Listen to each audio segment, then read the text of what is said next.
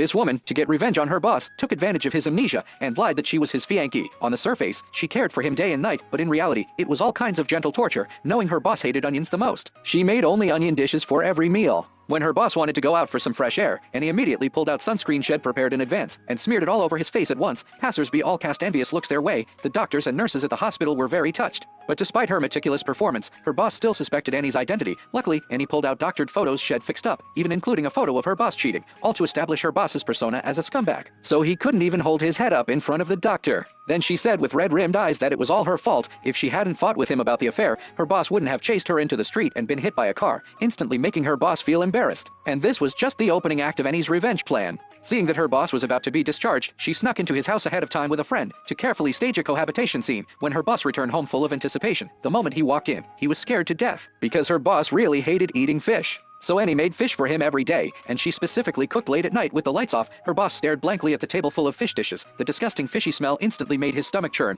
He threw up in the bathroom for a full hour. But Annie wasn't about to stop there. The next day before dawn, she woke her boss up. Then she tricked him into a department store, and in the name of being his fiancée, charged back thousands upon thousands of times the wages this jerk had once docked from her. That receipt, over 15 feet long, freaked her boss out completely. Just as he was about to say something, Annie unleashed a mental assault on him, remembering her boss's miserable state, and he felt absolutely thrilled inside. But as she laughed, tears started falling. Because after years of her boss's abuse and exploitation, Shed developed brain cancer. She didn't have much time left, so she had to take advantage of her limited time and quickly intensify her revenge. Little did she know, this would become the decision she'd regret most in her life.